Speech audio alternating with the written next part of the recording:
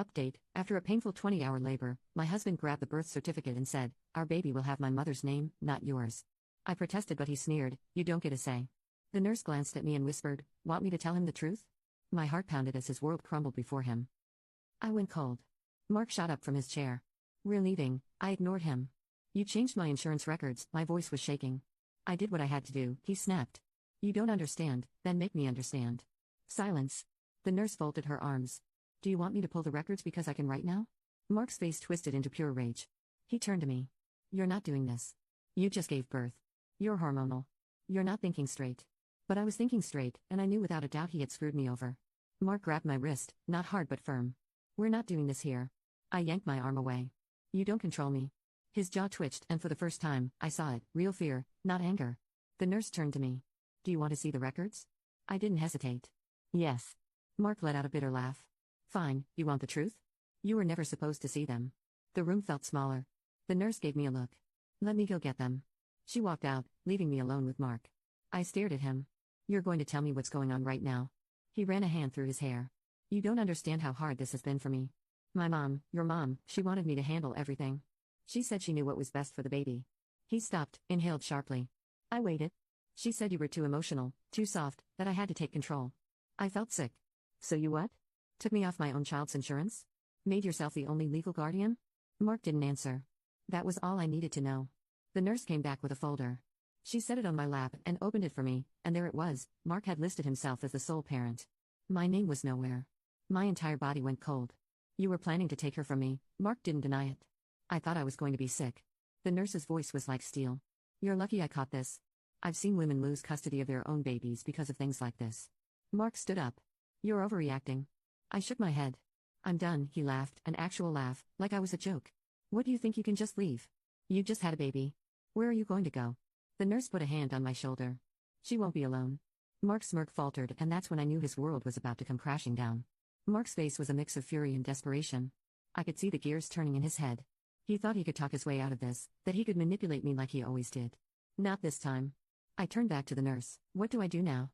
She looked at me carefully before saying, "Do you have family nearby, someone you trust?" I did, my sister Sophie. She lived about 30 minutes away, and unlike Mark, she actually cared about me. I pulled out my phone to call her, but before I could even dial, Mark snatched it out of my hands. "You're not doing this," he growled. The nurse stepped between us, her voice sharp. "Give it back to her now." He hesitated for half a second, then tossed my phone onto the hospital bed. "You're making a mistake," he muttered. I ignored him and called Sophie. She picked up on the second ring. "Hey, how are you? How's the baby?" I opened my mouth, but no words came out. My throat felt tight, like if I spoke, I'd break down completely. The nurse took the phone from me and spoke instead. "Hi Sophie, this is Nurse Claire from the hospital. Your sister needs you here immediately." Sophie didn't even hesitate. "I'm on my way." Mark let out a bitter laugh. "Really, you're running to your sister?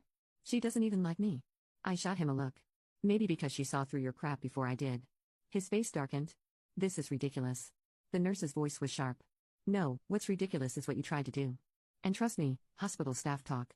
We don't take kindly to men who try to steal their wives' babies." Mark's fist clenched, but he didn't say anything. I turned back to the nurse. "Can we change the paperwork?" She nodded.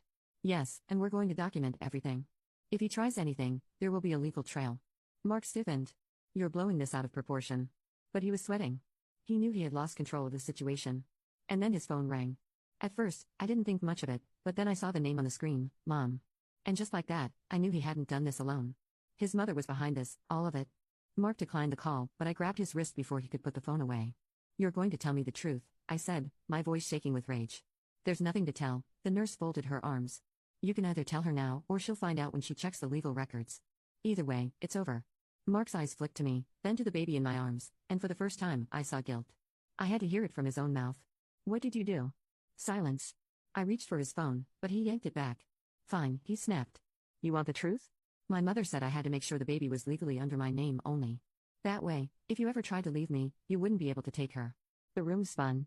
I tightened my grip on our daughter. My whole body was shaking. "She said she could get me a lawyer," he continued, his voice bitter. "She told me the courts wouldn't favor you because you don't make as much money. That if I played it right, I could get full custody." My stomach twisted. His mother had been planning to rip my baby away from me before she was even born. The worst part, Mark went along with it. I felt like I was going to throw up. "Why?" I whispered. "Why would you do this to me?" Mark rubbed a hand over his face. "Because you never respected my mother. The room went silent.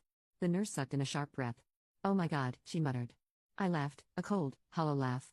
"You tried to steal my child because I didn't worship your mother." Mark didn't answer. That was all I needed to know.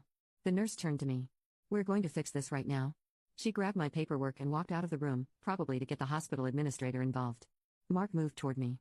"Look, this got out of hand. We can fix it." I held my daughter tighter. "There is no we anymore." His face twisted. "I am her father. And I am her mother," I shot back. "And unlike you, I won't use her as a weapon." His jaw clenched. "You're making a mistake." "No," I said, my voice firm.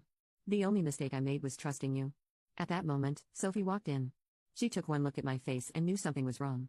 "What the hell is going on?" Before I could answer, Mark's phone rang again. This time, Sophie snatched it out of his hand. She looked at the screen. It wasn't just his mother calling, there were texts, lots of them. And when she unlocked the phone, because of course she knew his passcode, she went pale. She turned the screen toward me, and my world tilted again.